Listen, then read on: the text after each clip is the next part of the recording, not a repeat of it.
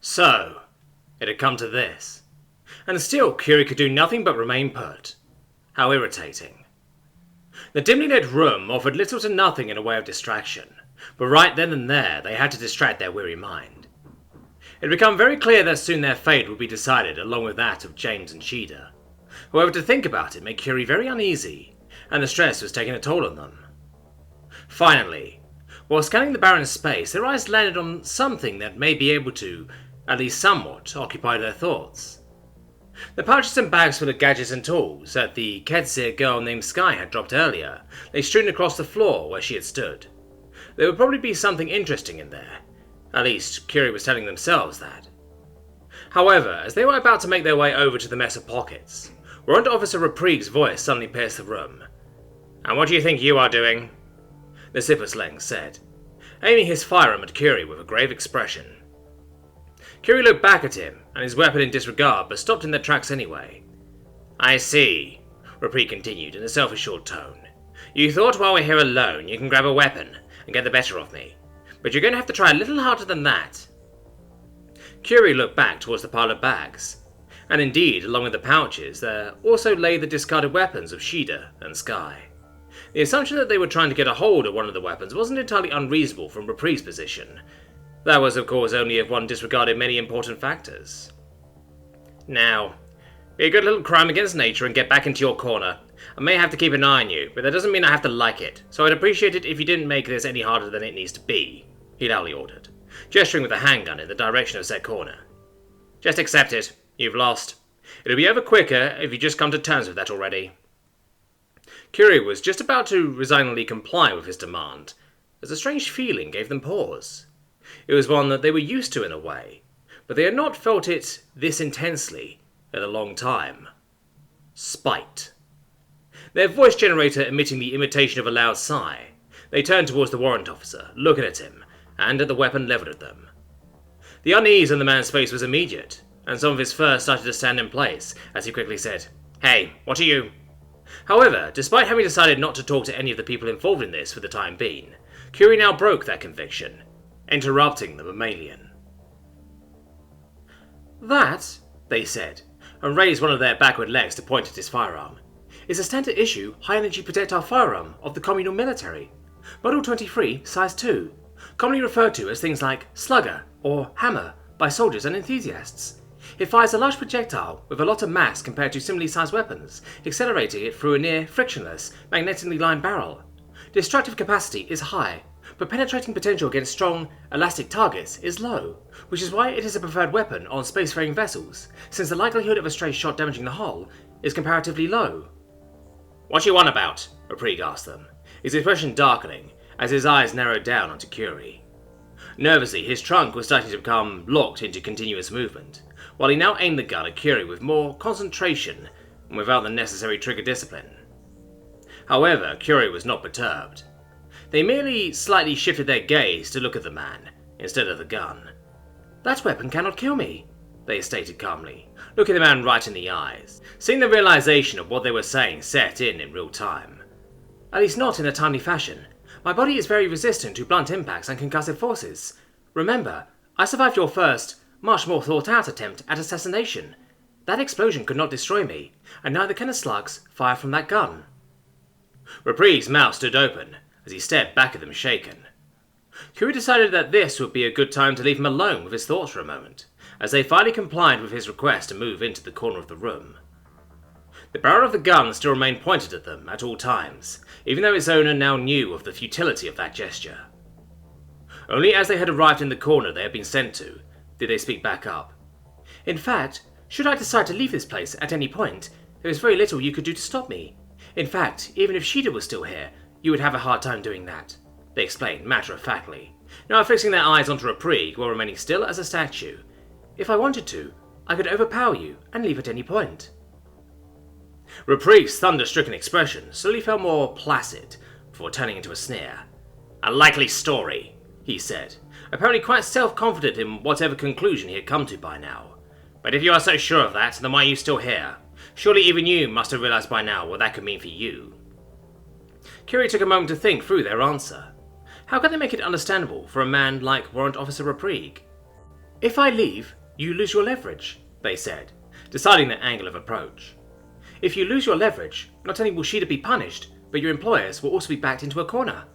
If your employers are backed into a corner, they will likely take more drastic measures.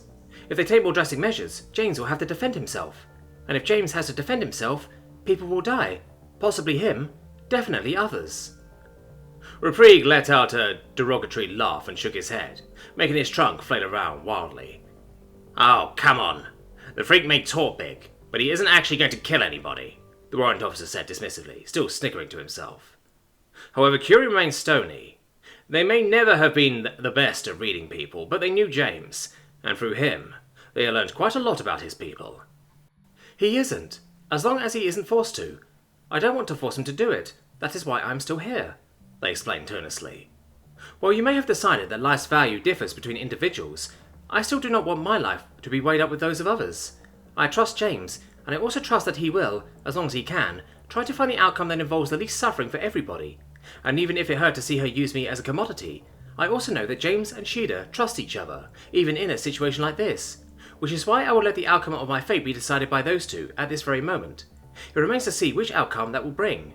And besides that, even if I can easily escape you right here, right now, I am not naive enough to think that I have what it takes to stay out of your reach and to survive for a long time after that. I have neither the training nor the mindset to do so. I know very well what I am capable and incapable of, and I know when to put things into more capable hands than mine, while I do what I can to support them. Reprieg just snorted. If that's true, you clearly need to learn how to better pick who you can trust, he commented confidently. That too remains to be seen, Curie replied. Although you should know one thing, it would be unfair if I didn't tell you. Reprieg's trunk started to point upwards suspiciously. And what's that? He asked. Should the time come, when somebody more capable decides that it is time for me to act, I will not hesitate to do so, Curie replied matter-of-factly. Reprieg didn't answer. He merely stared back at them. Alright, so the big lady got you on her side and you want me along for the ride, James summarized their current situation, while lazily waving around his gun. The question remains of why I should ever agree to that. I guess I'm not enough of an incentive? Shida asked facetiously, suggestively flushing her ears at him. James laughed and shook his head. As tempting as that is, I still have to say no, he replied. Oh well, worth a try, Shida said with a shrug and a disappointed head tilt. Sky then quickly spoke up in her stead. I don't know about you, but I'm not one for big political talk, so I'll just cut to the chase, the girl said, crossing her arms, with her mini ear flaps shaking independently. What do you want? I'm guessing money, power, exotic animals, because wherever it is, they can probably give it to you just like that. I mean, look at me. I'm just some tire, and they're already paying me a fortune just to be here. A fortune? Maybe she was a bit more innocent than James had suspected. 500,000 was likely nothing more than pocket change to the people employing her. James let out a short chuckle. My dear Sky, he said with a gentle look towards the girl. What I want is to go back to my lab where I can peacefully do my work and have absolutely nothing to do with this crazy situation. In fact, I'd rather like it if this whole situation didn't exist. Another nice thing would be the heads of your employers finally served to me on a platter. However, I highly doubt that your employers would be satisfied with that. Sky seemed to become contemplative at that. No, probably not, she admitted, bringing her hand to her mouth while thinking. Well, let me try asking you something else then, Shida said, rejoining the conversation. What are you going to do after this? Assuming you somehow manage to actually make it out of here, I mean. You leave the station, you somehow make it back to Earth, and then what? You tell the humans what happened here? They become outraged and the bigwigs that are involved will have to defend themselves? Do you really think this is worth a war? What do you think? How many people would die in a confrontation like that? People who had nothing to do with any of this? Conservatively estimated, probably billions. James knew that. He had thought about that a lot since all of this had started. Hell, he wasn't even comfortable with risking the few dozen lives in this very room right now. How could he be? And how could he shoulder many more than he could even imagine? However, he wasn't going to let that show right now. And if I go along with you? He answered her question with a question, looking onto the reflective surface of the mask. What will happen then? Tell me, what does Tura even have planned for me? Shida smacked her lips and let out an amused hiss.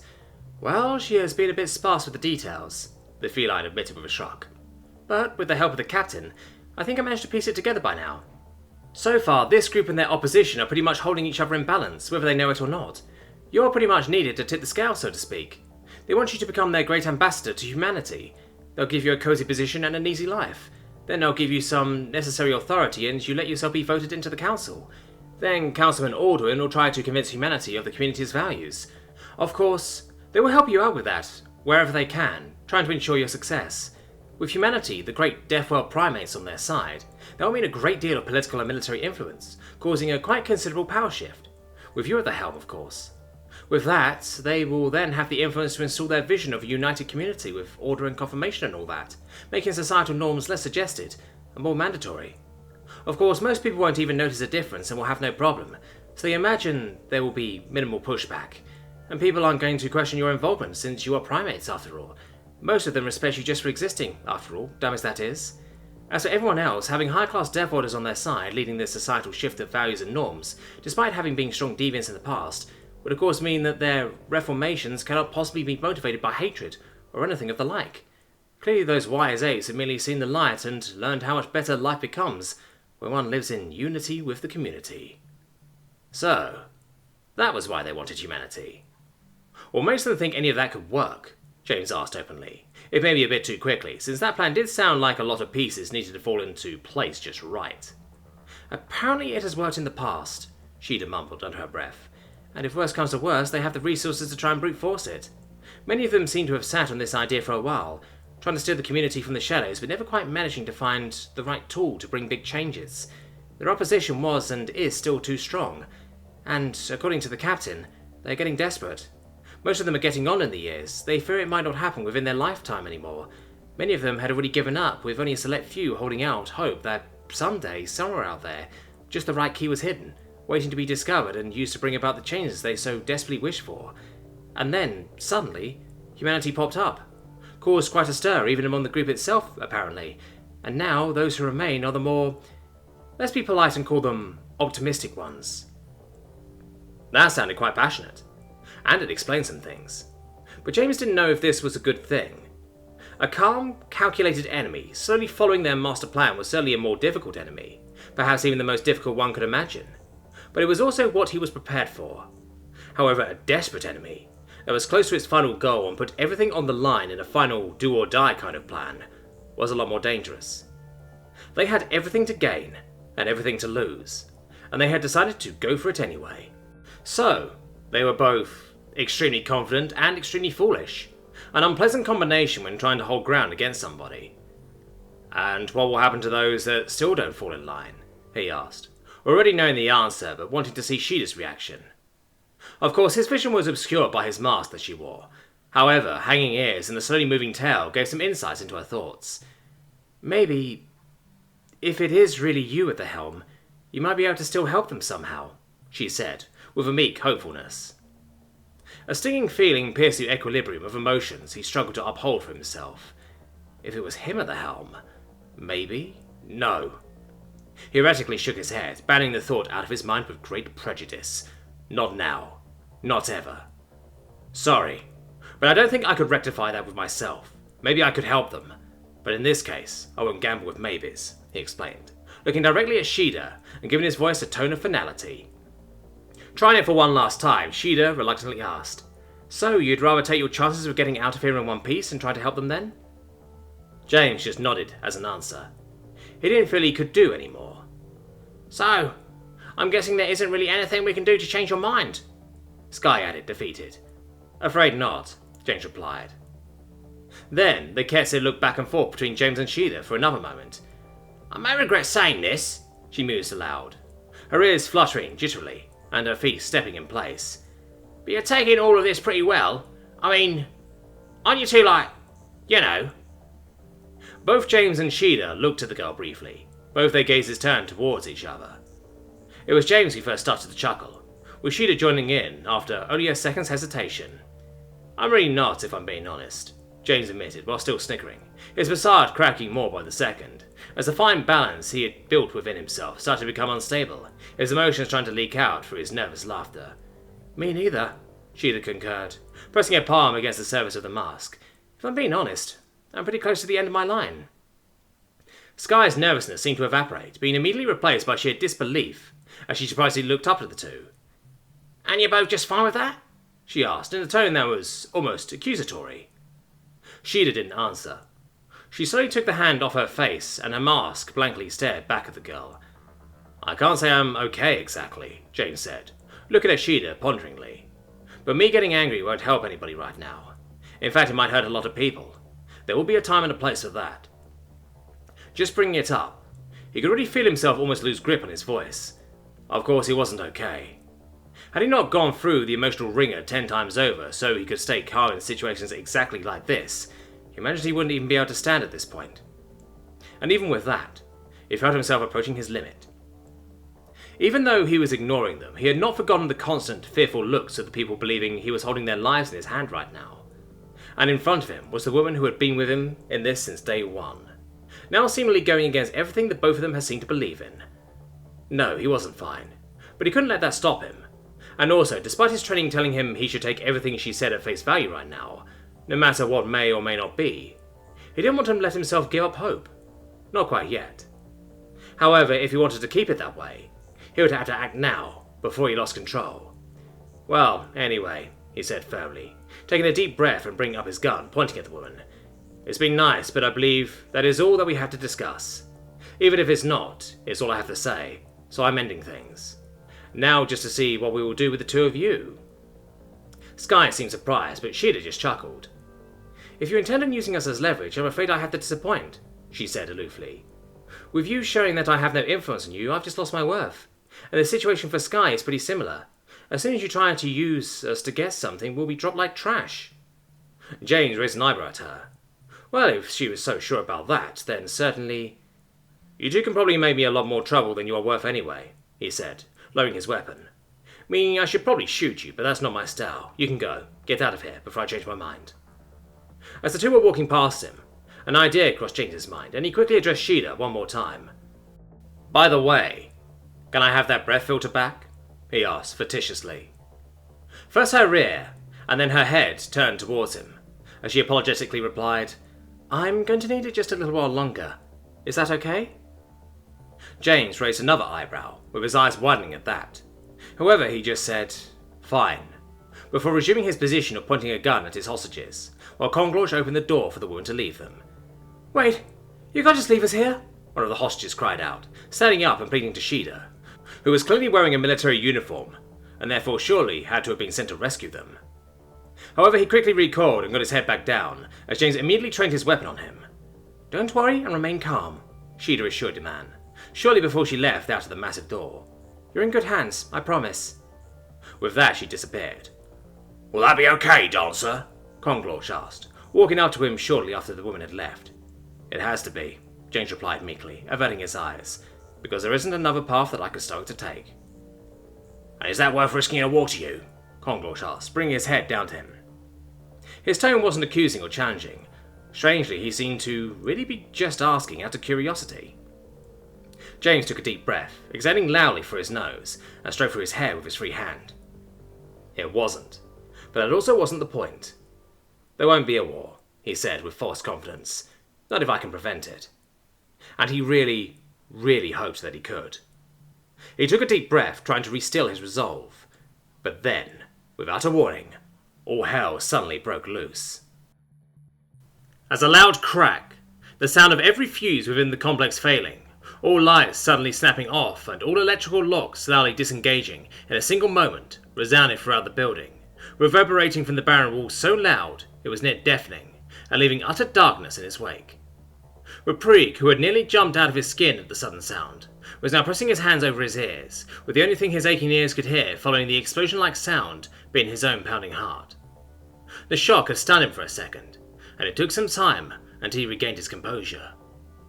Finally opening his tightly shut eyes, he really thought that he had gone blind since nothing within his vision seemed to change. It was so dark that he could not even see the base of his own trunk. However, his slowly returning hearing soon picked up a mechanical sound very close to him, and his eyes instinctively tried to locate its source, despite the darkness. Being uncomfortably reminded of the nightmares he tried to avoid by refusing to sleep, his blood nearly froze in his veins as two floating, red lights seemingly stared back at him from the darkness, forming the only source of light he could see. "Don't move!" Rapri cried out, his mind snapping back to reality once he had gotten over his first shock, and he quickly raised his weapon at the unnervingly still, unblinking mechanical eyes that seemed to have no problem studying him, despite the near absolute darkness.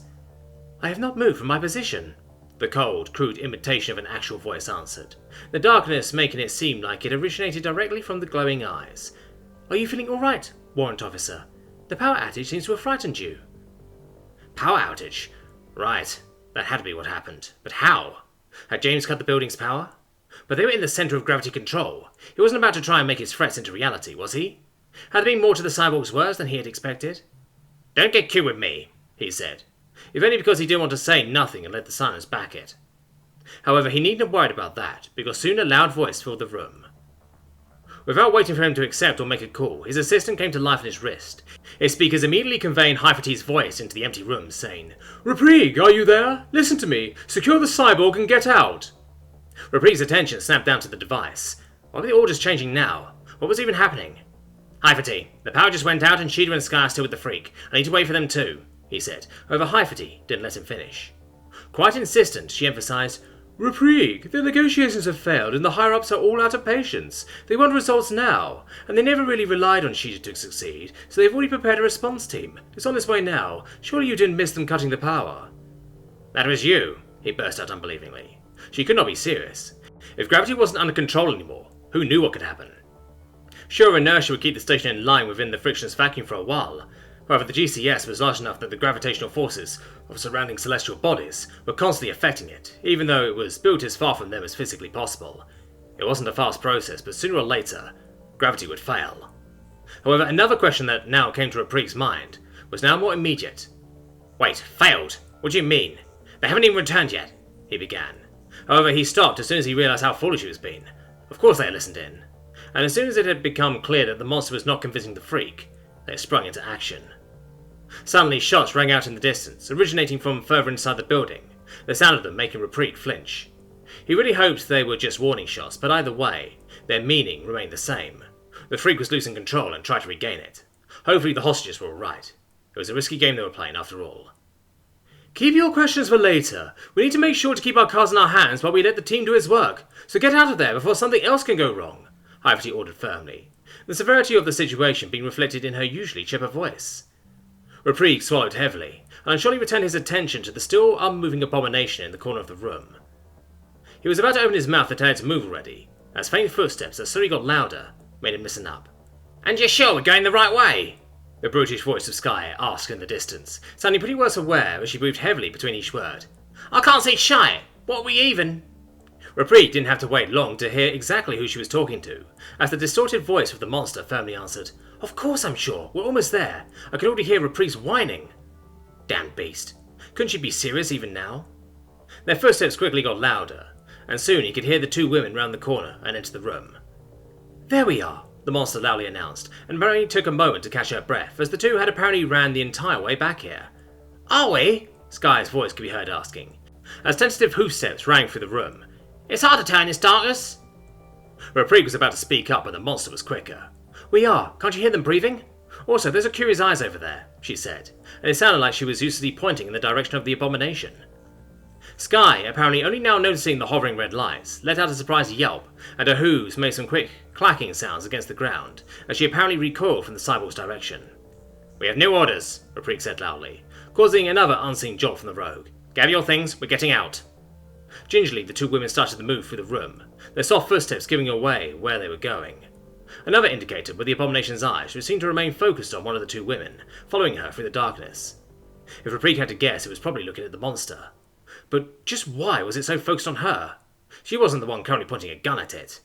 "New orders? And what exactly?" Sky asked, while the sound of her hands softly patting the floor told of her looking for her collection of bags and pouches. Annoyed, she seemingly disregarded her previous question, as she instead loudly pressed out, "And how am I supposed to find anything in this damn darkness?" "How about you turn on the light?" the monster replied, and she could be heard moving somewhere closer to the Kedsir. "Hey, Shida, what?" Sky then cried out, and suddenly an audible struggle seemed to break out between the two women. "Come on, hold still. You just have to press here and... Hey, stop squirming!" the monster loudly ordered, as the sounds of Sky trying to get away from the much stronger Deathworlder seemingly got more desperate. "Will you two stop it already?" Reprieg said, annoyed, and despite the darkness his eyes were drawn to the source of the turbulent noises. His heart started to beat faster, as he could only guess at the situation in this darkness. Was this really the moment to start and behave like children? "I'm not doing anything!" Sky loudly protested, her voice filled with strain from the exertion. "Shada is just..." However, before she could finish her sentence, the struggle reached its conclusion with a loud, dry crack of something breaking. Thankfully, it did not sound like bones. "Now look what you done!" Sky screamed, although of course nobody could look at anything right now. Reprieg just had to assume that both women knew what had happened, although he was left to wonder, which he didn't like at all. At least it seemed like the monster had let go of the girl now. "I told you to stop squirming," the monster replied dismissively, and it sounded like she was also fiddling with something. "Wait, here, you can have mine, I'll just... whoops!" Another crashing and crackling sound followed. What was going on? "Well, damn, there it goes too," the feline related, and some more crunching noises could be heard. "You can't be serious!" Sky replied, exasperated, sounding quite defeated. Finally having enough, Reprieg now fully turned in the direction of the bickering, loudly asking, "What are you two idiots doing? Is get your shit and leave really too complicated of an order for the two of you?" An annoyed stomp of a hoof foot came as an answer. "Hey, don't you go putting this on me!" Sky said, obstreperously, and Reprieg could basically hear her pouting. "Shada just went complete nuts all of a sudden!" Reprieg shook his head. Despite being a damn menace, the monster was supposed to be a professional. Was he really supposed to believe that she was the one messing things up and not the street urchin? Then again, he had to remember who he was talking about here. He could feel his fur start to stand up, his heart now beating even faster, as a feeling of suspicion overcame his entire body. If Sky was telling the truth, why was the monster acting out of line now of all times? "And just what did she do?" he asked nervously, trying to feign irritation. He reached up to his face, wanting to let his hand glide across his trunk to try and calm his nerves. However, he froze in the movement as something caught his eye. The eyes. He had taken his gaze off them for a moment, and looking at them now, that wasn't where they had been before, was it? He lifted his weapon and wanted to shout something like, "I told you not to move!" However, before he could get it out, he felt something tug on his arm, and hard. "You know, something like this!" The mechanically morphed voice of the feline answered his previous question right into his ear. How the hell did she get there? He hadn't heard her move. However, he also didn't have time to ponder that now, as the pull and pressure on his arm quickly increased to painful amounts, culminating in one last loud crack. For a second, Reprieg was stunned, convinced that he had just heard his own arm break, and he waited for the pain to set in. However, no further pain came, and his arm remained in one piece, as the broken remains of his personal assistant loudly clattered to the floor. Yet his arm remaining in one didn't do him much good, as another yanking movement soon shook his body, forcing him to unwillingly release his grip on his firearm. Unable to speak, he could only release pained grunts in response, as he was brutally pushed away by his captor, landing ungracefully on his hands and knees, disoriented in the blinding dark. "What's happening?" Sky's voice asked. Reprieg felt her carefully reach for him, probably having heard him impact to the floor. "We've been betrayed," was all Reprieg could push out, while the rogue was carefully trying to help him back to his feet in the darkness. Seething rage flooded him, although he could not deny that most of it was not actually directed at the monster. He hadn't let himself get careless, and yet he still couldn't do anything. "Oh, come on, don't tell me that seriously surprises you," the monster said, from somewhere in the darkness, her voice moving, although no footsteps could be heard. "Oh, and don't move. I may not be able to aim without light, but Curie sure can. However, they're not a great shot, so they might hit something vital. Better not to force them to act." Reprieg gritted his teeth. "You damn traitor!" he shouted aggressively, although he couldn't even convince himself that his heart was in it. The monster made a pondering sound. "Actually, I'm not so sure about that. After all, I was on James's side first, so turning on you might make me not a traitor anymore. Then again, I was part of the military before that, so maybe working with James in the first place made me a traitor already. Although I consider all of you traitors to the military. Yes, actually, no matter how I spin this, it seems that taking you down means I'm not a traitor," she explained. The way she said it made it sound like it should be in jest, but her voice was lacking any trace of humour, sounding cold and empty. "Just be glad I'm not shooting you right here and now. It really feels like that's what I should actually do." Since he couldn't see the feline, Reprieg's eyes turned towards those of the abomination, that was presumably now pointing a weapon at him. It was a good thing he was too furious to be afraid right now. "So, the two of you have been colluding since the start," he accused, trying to buy himself some time while thinking of a way out. It didn't look good. It seemed that the only one who could see was the abomination, with the monster being a close second with her other senses. He didn't know how Sky was holding up, but he saw little way out of this predicament. "No, not really," the monster replied, having again soundlessly changed her location, keeping her hostages guessing as to where she actually was. "To put it succinctly, Curie can't keep a secret to save their lives, so if we did, you'd have known about it. I only folded them in just now." A moment of silence followed, before she more meekly added, Thank you for trusting me with this, by the way.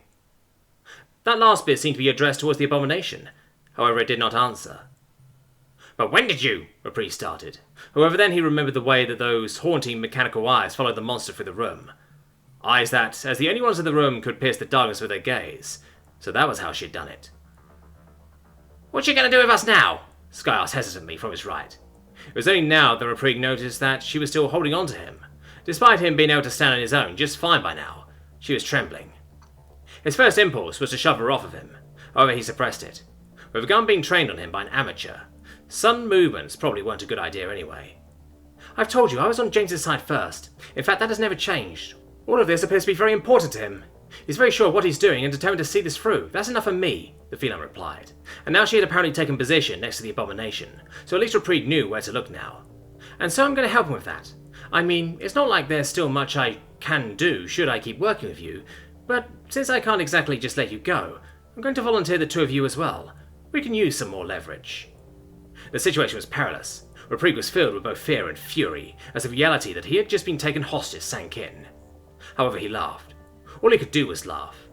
You don't seriously think you're going to get away with this, are you? He said, his voice breaking his laughter. You? You haven't even made it to an actual officer in all of your time. The only reason you've not been dishonorably thrown out of an airlock is that Captain Uton was using you as his pet project. You can't seriously think that you, of all people, can do anything here that would end in your death. Footsteps. Throughout the darkness, footsteps sounded. The monster was walking towards him, and this time her footsteps were clearly audible, allowing Yrrol to know exactly where she was, as she slowly stalked towards him. Soon he felt the cold, hard barrel of his own weapon press through his fur against his skin. Watch me, the monster's cold voice challenged him, the soft crackle of the mechanical amplifier giving it an even more unnerving sound.